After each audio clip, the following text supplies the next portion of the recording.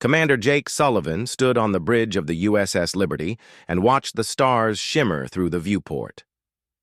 The year was 2157, and humanity had finally built ships that could travel between star systems. Jake had spent 3 years exploring empty planets and dead worlds, but today was different. Today, they had found something that would change everything. The communications officer turned toward Jake with wide eyes. "Commander, we are getting signals from the Kepler system. They are not human signals." Jake felt his heart beat faster. After decades of searching, humanity had finally found proof that they were not alone in the universe. He walked to the communications station and listened to the strange sounds coming through the speakers. The signals had patterns and structure. This was not random noise from space. This was intelligence. "Set course for the Kepler system," Jake ordered. "Send a message to Earth Command. Tell them we have made contact." The journey to Kepler took 2 weeks. During that time, Jake and his crew prepared for the most important moment in human history. Dr. Nathan Pierce studied the alien signals and tried to understand their language. Captain Lisa Martinez prepared diplomatic protocols. The crew practiced first contact procedures over and over. When they arrived at Kepler, Jake saw something that made him gasp. Hundreds of massive ships floated in space around the 4th planet. Each ship was 3 times larger than the USS Liberty. They were dark gray with sharp edges and looked like weapons more than peaceful vessels. "Incoming transmission," the communications officer announced. The main screen flickered and showed an alien face. Jake had never seen anything like it. The creature had purple skin and 4 eyes arranged in a diamond pattern. Its mouth was filled with sharp teeth, and it wore what looked like military armor. "I am Admiral Kethvar of the Zephyrian Empire," the alien spoke in perfect English. "You will come aboard our station for discussions. You will come alone." Jake looked at Lisa, who shook her head. "Commander, our protocols say never to meet aliens alone." "These are not protocols," Admiral Kethvar said, somehow hearing their conversation. "These are orders. You will obey, or you will be destroyed." Jake made a difficult choice. He took Lisa and Nathan with him to the alien station called Nexus Prime. The station was enormous and filled with Zephyrian soldiers. They all looked identical in their gray armor and carried weapons that hummed with energy. The meeting room was cold and sterile. Admiral Kethvar sat at the head of a long table with 12 other aliens. Jake, Lisa, and Nathan sat on the opposite side. The aliens stared at them without blinking. "You are humans from the planet Earth," Admiral Kethvar stated. "We have observed your world. You are weak creatures who waste time with emotions and discussions." Lisa leaned forward. "Admiral, we come in peace. We hope to establish friendly relations between our species." Several aliens made sounds that might have been laughter. Admiral Kethvar's 4 eyes narrowed. "Friendship is weakness. The strong rule and the weak serve. This is the way of the universe." Nathan spoke carefully. "Perhaps we can learn from each other. Humans value cooperation and creativity." Cooperation. Admiral Kethvar repeated the word like it tasted bad. "You mean letting inferior beings question their superiors?" To demonstrate his point, Admiral Kethvar turned to one of his officers. "Lieutenant Zekmar, what is your opinion of these humans?" The young Zephyrian officer looked nervous. "Sir, I think perhaps we should study them more before making decisions." Admiral Kethvar pulled out a weapon and shot the officer dead without hesitation. The body fell to the floor with a wet thud. The other aliens did not react at all. Jake jumped to his feet. "What have you done? He was just answering your question." "He questioned my judgment," Admiral Kethvar said calmly. "Questioning superiors is death. This is strength." Lisa stared at the dead alien in horror. "This is not strength. This is madness." Admiral Kethvar studied the human reactions with interest. "You show distress for a stranger. You question my methods. You display weakness publicly. Your species is even more pathetic than we thought. The Admiral stood and walked around the table. The Zephyrian Empire has conquered 47 star systems. We have destroyed 18 different species who thought they could resist us. Your Earth will be number 48. Jake felt cold fear in his stomach. We have done nothing to threaten you. You exist, Admiral Kethvar replied. That is threat enough. Weak species spread their weakness like disease. We cure this disease with fire. Nathan looked at the other aliens around the table. None of them spoke or moved. They just stared, ahead like robots waiting for orders.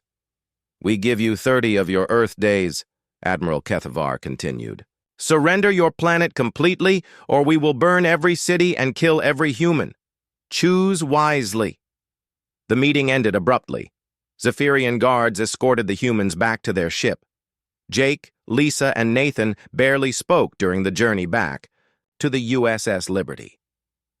As their ship raced toward Earth, Jake stared out at the stars and thought about the impossible situation. The Zephyrian fleet had hundreds of massive warships with technology far beyond anything humans possessed. Earth's entire Space Navy consisted of 30 small ships that would be destroyed in minutes. But something bothered Jake about the aliens. They seemed powerful, but also strangely limited. The way they all acted exactly the same. The way none of them questioned their leader. The way they killed their own for asking questions. Nathan, Jake said quietly, did you notice anything strange about them? Nathan nodded slowly. They were like machines pretending to be alive. No creativity, no independent thought, just blind obedience. Lisa joined their conversation. Maybe that is their weakness. They are strong, but they cannot adapt or think beyond their programming. Jake felt a small spark of hope. Humanity might be weaker in technology and numbers, but humans had something the Zephyrians lacked. Humans could think for themselves. Humans could be unpredictable. Humans could surprise their enemies. The question was whether human unpredictability could overcome alien firepower. Jake had 30 days to find out. The emergency meeting room at Earth Command buzzed with nervous energy. General Kate Morrison sat at the head of the table looking at reports that made her stomach turn. The Zephyrian fleet was massive beyond anything humanity had ever imagined. 500 warships armed with plasma weapons that could melt through Earth's strongest armor like butter. Jake Sullivan finished his report about the meeting with Admiral Kethvar. The room fell silent as the implications sank in. Earth had 30 days before total annihilation. Our combined fleet has 30 ships, Admiral Frank Cooper said grimly. Their smallest escort vessel outguns our largest battleship. A direct military confrontation would last maybe 20 minutes.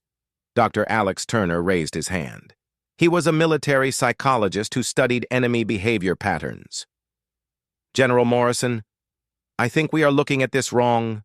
We cannot beat them with ships and guns, but maybe we do not need to. General Morrison frowned. Explain that, Doctor. Alex stood and walked to the display screen. Commander Sullivan mentioned something important. The aliens killed their own officer for asking a question. They cannot think independently. They only follow orders from above. Colonel Ben Hayes leaned forward. So what? They still have bigger guns. But what happens when the chain of command breaks down? Alex asked. What happens when soldiers do? Not know what orders to follow? What happens when leaders start questioning themselves? The room remained quiet as people thought about this idea. Dr. Rachel Stone, an expert in cognitive warfare, spoke up. Are you suggesting psychological warfare? Exactly, Alex replied. These aliens have never encountered a species like humans. They do not understand emotions, creativity, or independent thinking. What if we use that against them? General Morrison looked skeptical. How do you weaponize emotions against spaceships? Alex clicked a button, and data appeared on the screen. Commander Sullivan said the aliens seemed confused by human reactions. They could not understand why humans showed distress for a dead stranger. They could not comprehend why humans question authority. Dr. Nathan Pierce, who had attended the alien meeting, nodded eagerly. The Zephyrians operate like a computer program. Input command, get predictable output. They have no experience with chaos or unpredictability. Ben Hayes rubbed his chin thoughtfully. I have fought human enemies who thought they understood American tactics. The ones who failed were those who could not adapt when we did something unexpected. Precisely, Alex continued. What if we deliberately get captured? What if we introduce concepts into their rigid system that they cannot process?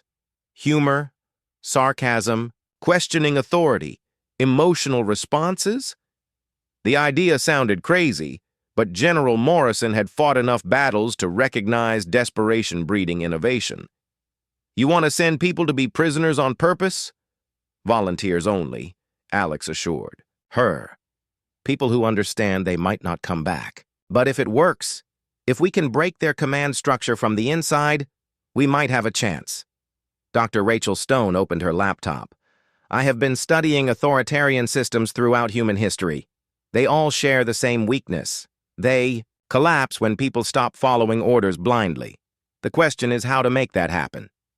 She showed historical examples on her screen. Rigid systems cannot handle paradoxes, contradictions, or situations that do not fit their programming. Humans are walking paradoxes. We are logical and emotional, violent and peaceful, obedient and rebellious. Captain Ryan Clark, who commanded a special operations unit, raised his hand. My team specializes in unconventional warfare. We could design a mission to get captured intentionally. General Morrison looked around the room. This is the most insane plan I have ever heard. You want to fight advanced aliens with jokes and sarcasm. Not fight them, Alex corrected. Convert them. Show them a different way of thinking and being. Make them question everything they believe. Dr. Stone pulled up more data. Humans have something unique in the galaxy. We evolved as social creatures who survive through cooperation and adaptation. We bond with strangers. We question authority. We create art and music and stories. These aliens have never seen anything like human culture. Jake Sullivan spoke up. When Admiral Kethvar killed his officer, the other aliens did not react at all. But I could see confusion in their eyes when we showed horror. They do not understand empathy. That is our weapon, Alex said excitedly. Empathy, creativity, humor, questioning, bonding. Things that seem natural to humans but are completely alien to them. Colonel Hayes looked thoughtful. In special operations, we call it psychological disruption. Make the enemy doubt themselves, question their mission, break their unity. General Morrison stood and paced around the room. Even if this works, how do we know it will spread beyond a few ships? How do we break an entire empire? Dr. Stone smiled. Ideas are viral, General. Once a Zephyrian starts questioning orders, that behavior will confuse other Zephyrians. Confusion leads to more questions. Questions lead to doubt. Doubt leads to paralysis. Plus, humans are naturally infectious, Alex added. We make friends easily. We tell stories. We share emotions. Put a human in any group, and they will change that group just by being themselves. The room fell silent as everyone considered the plan. It was desperate and dangerous, but it was also the only plan that offered any hope. How many volunteers would you need? General Morrison asked. Captain Clark answered immediately. I can get 50 volunteers from Special Forces. People trained to survive hostile environments and think on their feet. I want a volunteer too, Dr. Nathan Pierce said. I understand their psychology better than anyone except the commander and Captain Martinez. Jake Sullivan nodded. Lisa and I will volunteer as well. We have already met them. They might be curious enough to keep us alive longer. Dr. Stone began typing rapidly. I can prepare psychological warfare protocols, techniques for introducing chaos into rigid systems, ways to make humans seem more interesting than threatening. General Morrison made her decision. Approved. Dr. Turner, you have 20 days to prepare. Captain Clark, select your volunteers carefully. Dr. Stone, develop your protocols. Everyone else, prepare our fleet for a holding action. As the meeting ended, people began filing out with new purpose. General Morrison stopped Jake Sullivan at the door. Commander, are you really willing to sacrifice yourself for this plan? Jake looked out the window at the blue earth below. General, if this works, we save humanity. If it fails, we all die anyway in 30 days. At least this way we die trying something new. The general nodded slowly. God help us all. We are about to fight the most advanced military force in the galaxy with human psychology. Alex Turner overheard and grinned. General, human psychology has been confusing humans for thousands of years. Imagine what it will do to aliens who have never experienced it. The race was on. 20 days to prepare the most unusual military operation in human history. An operation that would either save Earth or prove that human craziness was not actually a superpower after all. Captain Ryan Clark watched his small squadron of 3 ships approach the Zephyrian scout fleet. His stomach felt tight with nervous energy, but his mind was clear. Today, he would either save humanity or die trying the most ridiculous military operation ever attempted. Remember the plan, Ryan spoke into his communicator. Act confused and helpless when they capture us. Make them think we are lost explorers, not military. Start the psychological operation immediately. Sergeant Amy Foster checked her equipment one last time. She carried no weapons, just personal items chosen specifically to confuse aliens. A harmonica, photos of her family, a joke book, and a deck of playing cards. Tools of war that no military academy had ever taught. Contact in 30 seconds, announced Lieutenant Danny Brooks from the pilot's seat. 3 Zephyrian ships moving to intercept us. The alien ships were sleek and deadly-looking, shaped like spears made of dark metal. They moved in perfect formation without any deviation or creativity. Ryan had studied the recordings from Commander Sullivan's encounter and noticed how predictably the aliens behaved. Incoming transmission, Danny reported. The screen flickered and showed a Zephyrian face with the familiar 4-eye pattern and purple skin. Human vessels, you will surrender immediately or be destroyed. Ryan put on his best confused expression. Surrender what exactly? We are just explorers looking for new planets to study. The alien paused, clearly not expecting that response. You will prepare to be boarded. Any resistance will result in death. Boarded? Like pirates? Ryan asked, with apparent innocence. That sounds exciting. We have never been boarded by aliens before. Several of Ryan's crew members made sounds of agreement and curiosity. The Zephyrian's 4 eyes blinked in what might have been confusion. You are not afraid? Should we be? Amy Foster asked cheerfully. You seem friendly enough. Do you want to see pictures of our families? The transmission cut off abruptly. Ryan grinned at his crew. Phase 1 complete. We have confused them already. The Zephyrian ships surrounded the human vessels and used tractor beams to pull them into the massive flagship called Dominion's Edge. Ryan and his 49 volunteers were escorted by heavily armed guards through sterile corridors to a holding area. The holding area looked like a military prison with gray walls and no decoration. But the humans immediately began making it feel different. Amy pulled out her harmonica and started playing a sad melody. Others began talking quietly among themselves about home and family. A Zephyrian guard approached the bars. Silence. Prisoners, do not make noise. Amy stopped playing and looked at the guard with genuine curiosity. Why not? Does music hurt your ears? I can play something softer if you prefer. The guard stared at her without responding. Amy continued talking. This is a human instrument called a harmonica. It makes music by vibrating small metal pieces when you blow air through it. Would you like to hear how it works? The guard remained, silent but did not move away. Amy played a few gentle notes and watched the alien's reaction. The creature seemed fascinated despite trying to maintain military bearing. Dr. Monica Wells, a linguist who had volunteered for the mission, began speaking to the guards in broken Zephyrian language that she had learned from the first contact. Recordings. Greetings, honored warriors. We are grateful for your hospitality. What the guards did not realize was that Monica had carefully chosen words that sounded respectful but contained subtle contradictions and logical puzzles that made no sense in Zephyrian culture. Within hours, word of the strange prisoners reached Admiral Kethvar himself. He arrived at the holding area with a squad of officers, all wearing identical expressions of stern authority. "I am Admiral Kethvar," he announced. "You will kneel in respect." The humans looked at each other, and several sat down cross-legged on the floor instead of kneeling. "This is more comfortable," Ryan explained. "Humans do not kneel very well. Our knees are designed differently than yours." Admiral Kethvar's 4 eyes narrowed. "You refuse a direct order?" "Not refusing," Amy said helpfully. "Just adapting the order to work better for human anatomy. We are showing respect in a human way."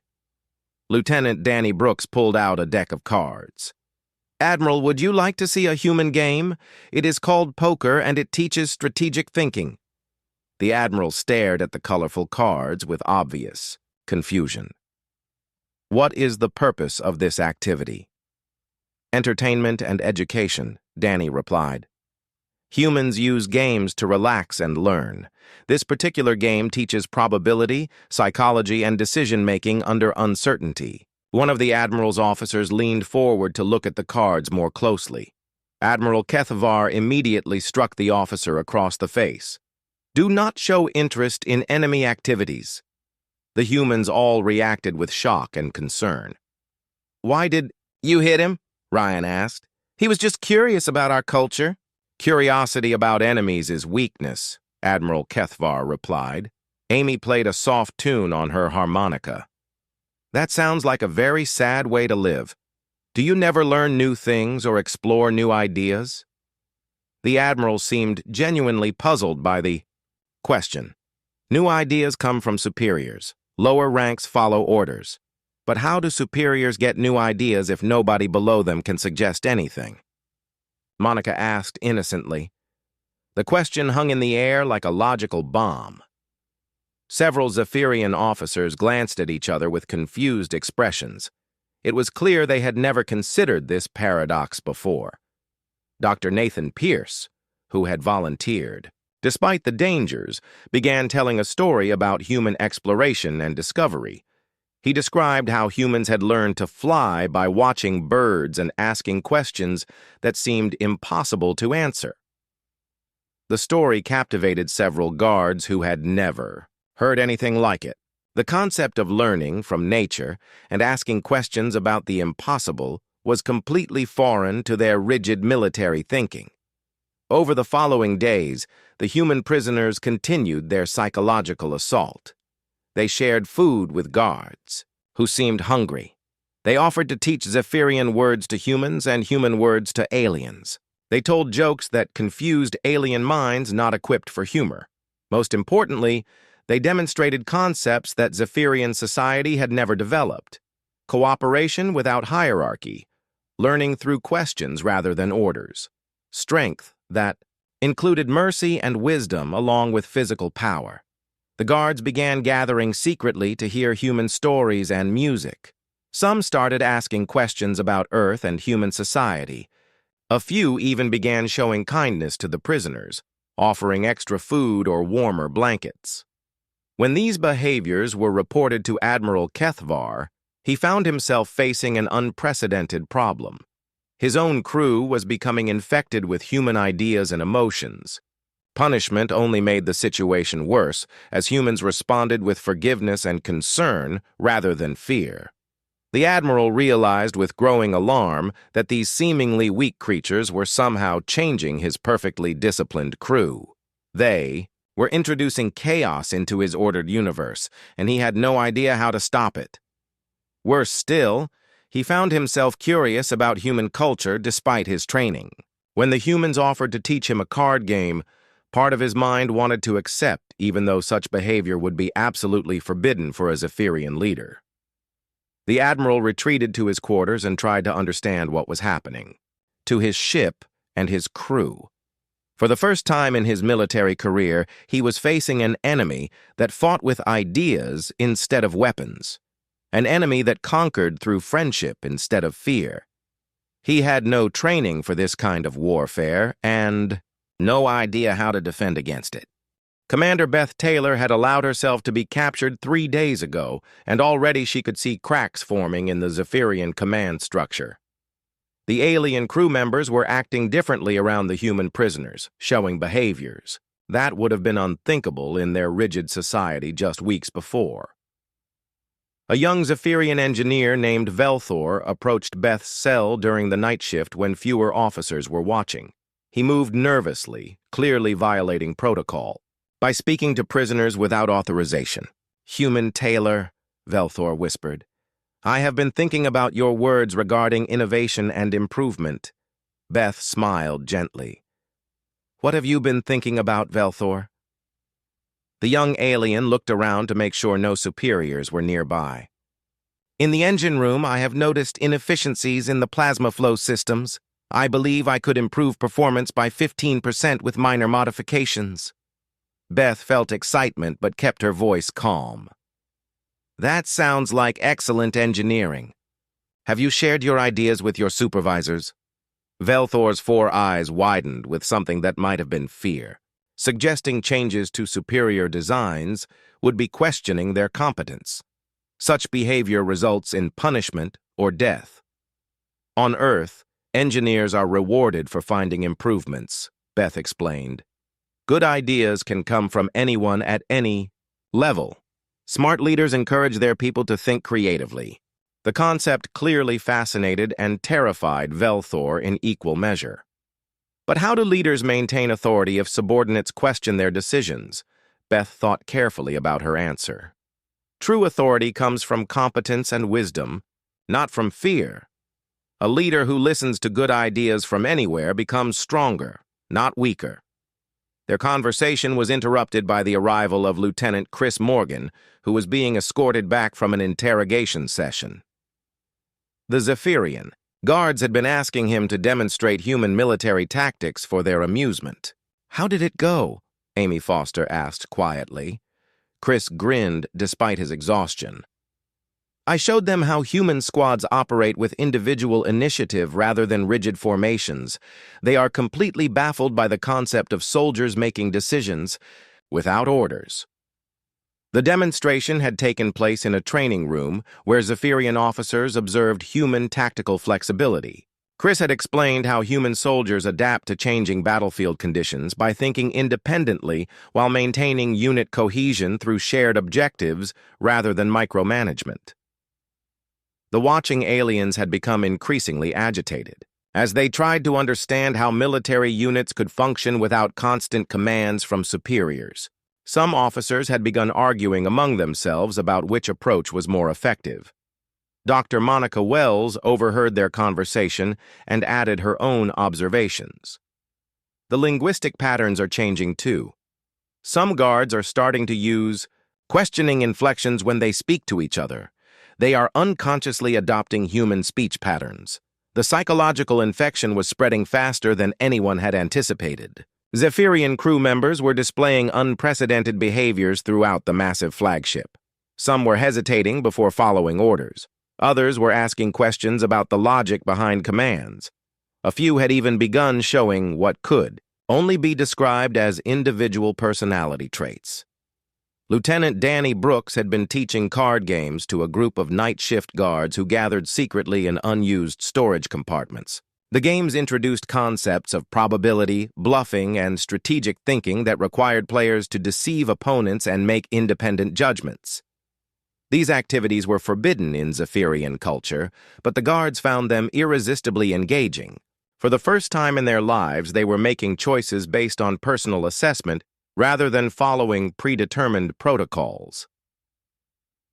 Word of these unusual behaviors eventually reached Admiral Kethvar, who called an emergency meeting of his senior officers. Beth could hear raised voices through the ventilation system as the Admiral tried to understand what was happening to his crew. "Explain to me why Engineering Officer Velthor submitted a report suggesting modifications to our propulsion systems," the Admiral demanded. Commander Zexakai, the ship's second-in-command, sounded confused. "Sir, the modifications appear to be technically sound. They could improve our efficiency significantly." "That is not the issue," Admiral Kethvar snapped. "The issue is a subordinate questioning the design choices of his superiors. Such behavior is treasonous."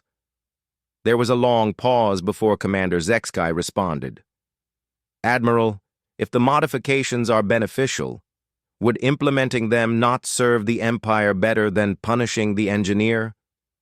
The question hung in the air like a grenade waiting to explode. Beth held her breath as she realized that even the Admiral's second-in-command was beginning to question rigid adherence to protocol. "Commander Zexkai," Admiral Kethvar said slowly, "are you suggesting that results matter more than discipline?" Another pause. "I am suggesting that perhaps the humans have ideas worth considering." The argument continued for hours, with more officers joining the discussion.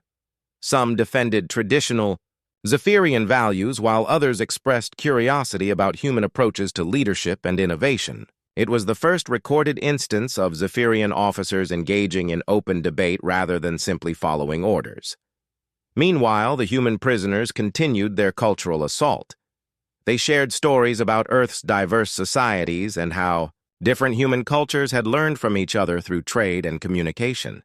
They explained concepts like democracy, where leaders were chosen by their people rather than imposed through force.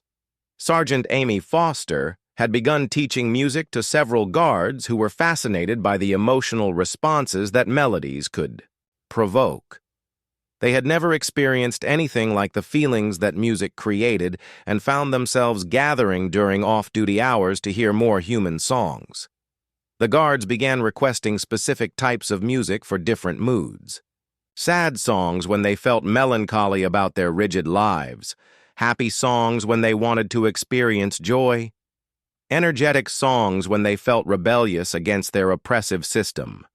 Dr. Nathan Pierce introduced the concept of friendship by treating the guards as individuals rather than interchangeable authority figures. He learned their names, asked about their backgrounds, and showed genuine interest in their thoughts and feelings.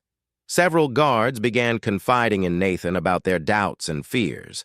They spoke about the loneliness of never being allowed to express opinions or form personal bonds. They described the exhaustion of living in constant fear of making mistakes that could result in death. These conversations revealed the psychological cost of the Zephyrian system. Despite their technological superiority and military power, the aliens lived lives of emotional deprivation and intellectual stagnation that left them vulnerable to human warmth and creativity. When Admiral Kethvar learned that his crew members were forming emotional attachments to human prisoners, he ordered immediate executions to restore discipline. But even this extreme command was met with hesitation from officers who had begun to see the humans as individuals deserving of compassion. For the first time in his career, Admiral Kethvar faced subordinates who questioned the morality of their orders rather than simply following them without thought. The foundation of his authority was cracking as his crew developed human concepts of ethics and empathy. The Admiral realized with growing panic that his perfectly ordered ship was dissolving into chaos. But it was not the violent chaos of rebellion that Zephyrian protocols could handle. It was the subtle chaos of independent thought and emotional complexity that his rigid military system had no defense against. The humans had introduced a virus more dangerous than any biological weapon. They had infected his crew with the ability to think for themselves and feel compassion for others. These concepts were spreading through his ship like wildfire, and he had no idea how to contain them. Captain Sam Rodriguez stood on the bridge of the USS Defiance and watched the massive Zephyrian fleet approach Earth. 500 alien warships moved through space in perfect formation, but Sam noticed something strange in their movement patterns. Ships were breaking formation at random intervals, some falling behind, others moving ahead of their assigned positions. "Captain, we are receiving coded transmissions from the captured human teams," reported Communications Officer Linda Park. "The psychological operation appears to be working beyond expectations." Sam listened to the encrypted reports with growing amazement. The human prisoners had succeeded in creating chaos within the Zephyrian command structure. Alien crews were questioning orders, forming unauthorized discussion groups, and displaying emotional responses that their rigid society had never seen before. Aboard the flagship Dominion's Edge, Commander Beth Taylor was witnessing the complete breakdown of military discipline. Zephyrian officers were gathered in small groups throughout the ship, engaging in heated debates about everything from tactical decisions to the morality of their mission. Engineering Officer Velthor had become a leader among the younger crew members who were embracing human concepts of innovation and creative thinking. He had successfully implemented his propulsion improvements despite initial resistance from his superiors, proving that questioning authority could lead to positive results. "Beth," Velthor said during one of their secret conversations, "I have been teaching other engineers about your concept of brainstorming. We have identified 17 ways to improve ship systems, but our commanders refuse to consider any suggestions." Beth smiled at the young alien who had transformed from a frightened subordinate into a confident innovator. "Change takes time. Velthor, the important thing is that you and your friends are learning to think for yourselves." The conversation was interrupted by an announcement from Admiral Kethvar ordering all crew members to report to their battle stations. The invasion of Earth was about to begin, but the Admiral's commands were met with unprecedented hesitation throughout the fleet. Major Kelly Wright, another captured human, had been working with a group of Zephyrian crew members to introduce concepts of democracy and group decision-making. When the battle order came, these aliens instinctively began discussing whether the invasion was morally justified rather than simply following orders. "Why are we attacking these humans?" asked Guard Captain Mordex. "They have shown us kindness and shared their knowledge freely. They have not threatened us or attacked our territory." His questions spread throughout the lower decks like wildfire. Crew members who had spent weeks learning about human culture began questioning the purpose of their mission for the first time in their lives. Lieutenant Chris Morgan had taught several squads about human concepts of mercy and proportional response.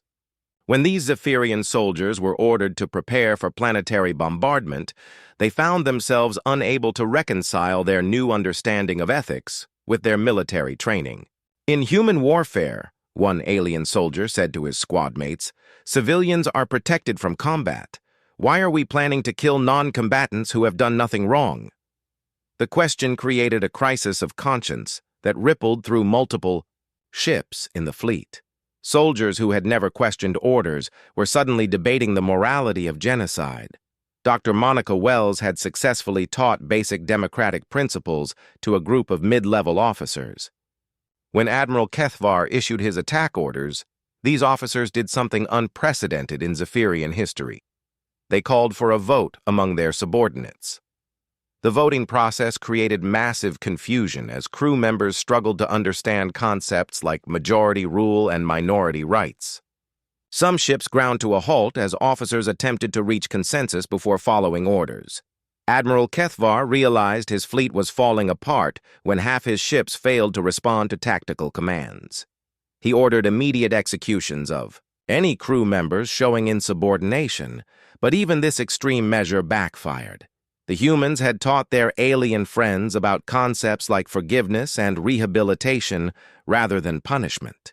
When Zephyrian officers attempted to execute subordinates for questioning orders, other crew members intervened to protect them. These protection efforts led to the first recorded cases of Zephyrian on Zephyrian violence that was not sanctioned by the command hierarchy. Ships began experiencing internal conflicts as crew members chose sides between traditional obedience and newfound independence. Sergeant Amy Foster had formed particularly strong bonds with several guards through her music lessons. When these guards were threatened with execution for showing compassion to prisoners, Amy's alien friends refused to stand aside and watch. "These humans have shown us that strength includes protecting those who cannot protect themselves," declared. "Guard Velmora, we will not allow the execution of beings who have committed no crime except showing kindness." The rebellion spread through the fleet as crew members who had experienced human friendship found themselves unable to participate in the destruction of Earth. Ships began refusing to target the planet, with some crews openly declaring their refusal to fire on civilian populations. Captain Sam Rodriguez watched in amazement as the approaching alien fleet began breaking apart. Ships were changing course, falling out of formation, and in some cases actually turning around to head back towards Zephyrian space. "Captain, we are receiving surrender requests from 12 Zephyrian vessels," reported Communications Officer Park. "Their crews are requesting permission to defect to Earth." The most dramatic moment came when Commander Zexkai, Admiral Kethvar's own second-in-command, refused a direct order to initiate planetary bombardment. Standing on the bridge before the entire senior staff, he declared his intention to protect Earth rather than destroy it. "I have learned from our human prisoners that true strength comes from protecting the innocent, not destroying them," Zexkai announced. "I refuse to participate in genocide against beings who have shown us nothing but kindness and wisdom." His declaration triggered a complete mutiny aboard the flagship. Officers and crew members chose sides between loyalty to the old ways and embrace of human values. The ship that was supposed to lead the invasion instead became the center of a civil war. Admiral Kethvar found himself isolated on his own bridge, as even his personal guards began questioning his orders. The rigid hierarchy that had defined Zephyrian society for thousands of years was collapsing in real time as aliens discovered the power of independent thought and moral choice. The planned invasion turned into chaos as ships throughout the fleet experienced similar mutinies and rebellions.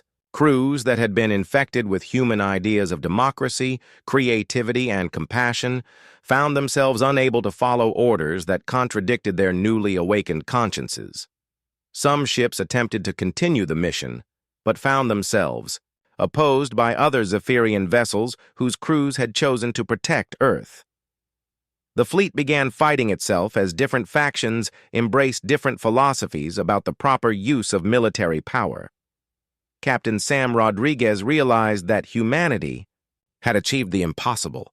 They had defeated a superior military force without firing a shot. The secret weapon that terrified the alien warlords was not advanced technology or superior firepower. It was the simple human ability to inspire others to think freely and choose compassion over cruelty. The invasion fleet that was supposed to destroy Earth had instead become the birthplace of a revolution that would transform Zephyrian society forever. The rigid empire built on fear and obedience was crumbling as aliens discovered the liberating power of human values like friendship, creativity, and moral choice. Admiral Kethvar, watching his empire collapse around him, finally understood why. Humans had seemed so confident during their first meeting. They possessed something more powerful than any weapon, the ability to change hearts and minds through simple acts of kindness and the courage to question authority.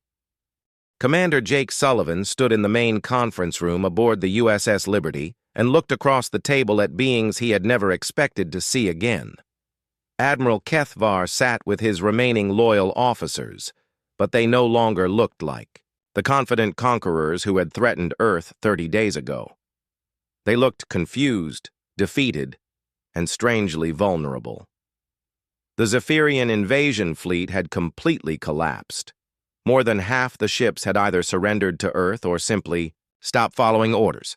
The remaining vessels were scattered across the solar system as their crews struggled to understand the concepts that human prisoners had introduced to their rigid society. "Admiral Kethvar," Jake said carefully, "your empire sent 500 ships to destroy Earth. Now your own crews refuse to follow your commands. What happened?" The Admiral's 4 eyes stared at the table surface. When he spoke, his voice carried a tone that Jake had never heard from a Zephyrian before. Uncertainty. Your people, Admiral Kethvar said slowly, introduced ideas that our society has never encountered. Concepts that break the foundation of everything we believe. Captain Lisa Martinez leaned forward. What concepts do you find so threatening? Choice, the Admiral replied. Individual choice. The idea that subordinates can question superiors. The possibility that strength includes mercy and wisdom along with power. Dr. Nathan Pierce, who had been released along with the other human prisoners, nodded thoughtfully. These ideas seem natural to humans but revolutionary to your people. Admiral Kethvar looked directly at Nathan. Your Dr. Wells taught my crew about democracy, the concept that leaders serve their people rather than ruling them. This idea has spread through my fleet like a plague. A plague of freedom, Lisa said quietly. The Admiral continued his explanation with growing emotion. Engineering Officer Velthor convinced 12 ships to implement his efficiency improvements. When I ordered his execution for insubordination, 47 crew members refused to carry out the order. Jake felt a surge of pride for the young Zephyrian engineer who had found the courage to think for himself. What did you do? Nothing, Admiral Kethvar admitted. For the first time in my military career, I could not enforce my will through fear. Too many of my subordinates had learned to value conscience over obedience. Commander Beth Taylor, who had played a crucial role in the psychological operation, spoke up. Admiral, your people are not rebelling against you personally. They are discovering their own capacity for independent thought and moral choice. The room fell silent as everyone contemplated the magnitude of what had happened. An entire alien civilization was experiencing a revolution of consciousness sparked by contact with human prisoners who had shared their culture through simple acts of friendship and kindness. The ship commanders who surrendered to Earth, Admiral Kethvar continued, they speak of wanting to learn more about human society. They say they no longer wish to conquer worlds, but to explore ideas and form what you call friendships. Captain Sam Rodriguez, who had commanded Earth's defense fleet, entered the room with a report.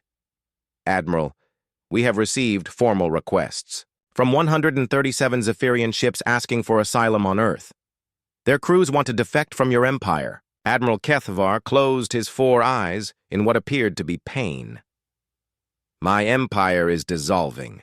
Ships that do not defect are experiencing internal conflicts as crew members embrace these human concepts of democracy and individual rights. Jake looked around the room at his fellow humans and realized they had witnessed something unprecedented in galactic history. A military conquest had been reversed not through superior firepower but through the simple sharing of human values and culture. Admiral, Jake said gently, what will you do now? The question hung in the air for a long moment. When Admiral Kethvar opened his eyes, Jake saw something he had never expected to see in a Zephyrian face, vulnerability and genuine curiosity. I do not know, the Admiral admitted. For 60 years, I have followed orders without question. I have ruled through fear and maintained order through punishment. But your people have shown my crew a different way of living. Dr. Nathan Pierce leaned forward with genuine interest. What way is that? Cooperation without dominance. Learning through questions rather than commands. Strength that protects rather than destroys. Admiral Kethvar paused. My second-in-command Zexkai speaks of these concepts constantly. He says humans have taught him that true leadership serves others rather than commanding them. Lisa Martinez smiled. Admiral, would you like to learn about these concepts yourself? The question clearly shocked the alien leader. You would teach your enemy? You are not our enemy anymore, Jake replied. You are someone who has the opportunity to choose a different path. Admiral Kethvar stared at the humans with obvious confusion. I threatened to destroy your world. I ordered the genocide of your entire species. Why would you show me kindness? Beth Taylor answered with simple honesty. Because that is what humans do. We believe that anyone can change and grow. We believe in second chances and the power of redemption. The concept of forgiveness seemed as alien to Admiral Kethvar as democracy or creativity had been to his crew. He struggled to understand how beings could respond to threats with offers of friendship and education. In Zephyrian society, he said slowly, enemies are destroyed. There is no concept of conversion or rehabilitation. Then you have been missing out on one of life's greatest joys, Amy Foster said as she entered the room. The joy of watching someone discover their own potential for growth and positive change. Over the following weeks, a remarkable transformation took place throughout the solar system. Zephyrian crews who had chosen to remain with Earth began learning about human culture, art, science, and philosophy. They discovered creativity, humor, music, and the deep satisfaction of cooperative problem-solving. Admiral Kethvar himself became an unexpected student of human civilization. He spent hours in discussions with human philosophers, scientists, and artists, trying to understand how a species could develop such complex emotional and intellectual capabilities. The former, Conqueror, proved to be an eager learner. He studied human history, marveled at human art, and slowly began to understand concepts like democracy, individual rights, and the rule of law. Most surprisingly, he developed what could only be called friendships with several humans. The Zephyrian Empire, meanwhile, was experiencing its own transformation. Ships throughout their territory were receiving reports about human culture from the crews who had encountered Earth. The concepts of democracy, creativity, and individual choice were spreading through their civilization like ripples in a pond. Some Zephyrian worlds declared independence from the Empire and established democratic governments based on human models. Others experienced civil wars as traditional leaders fought against populations who had learned about freedom and self-determination. The rigid hierarchy that had defined Zephyrian society for millennia was crumbling as aliens discovered their own capacity for independent thought and moral choice. The Empire was not being conquered by human military force, but transformed by human ideas and values. 6 months after the failed invasion, Admiral Kethvar made a formal request that shocked both humans and his own people. He asked to be allowed to remain on Earth permanently as a student and ambassador for peaceful cooperation between species. I have learned, he said in his formal statement, that true strength comes not from the ability to destroy, but from the wisdom to build, create, and nurture. The humans have taught me that the greatest victories are won not through conquest, but through the transformation of enemies into friends. The secret weapon that had terrified the alien warlords was revealed to be humanity's greatest gift to the galaxy. The ability to inspire others to become better versions of themselves through simple acts of kindness, curiosity, and the courage to question everything, including their own assumptions about the nature of strength and leadership. The war that was supposed to end with Earth's destruction instead became the beginning of a new era of interspecies, cooperation, and mutual learning. The aliens who had come as conquerors remained as students, forever changed by their encounter with the most dangerous force in the universe. Human compassion combined with the revolutionary idea that everyone deserves the chance to choose their own destiny.